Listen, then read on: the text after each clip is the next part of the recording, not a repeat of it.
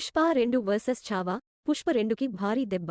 ఆ ధైర్యంతోనే ఢీ కొడుతున్న చావా బంగారంలాంటి ఆగస్టు 15వ తేదీని పుష్ప 2 మిస్ చేసుకుంది. అప్పటినుంచి పుష్ప 2కి బ్యాడ్ టైం నడుస్తూనే ఉంది.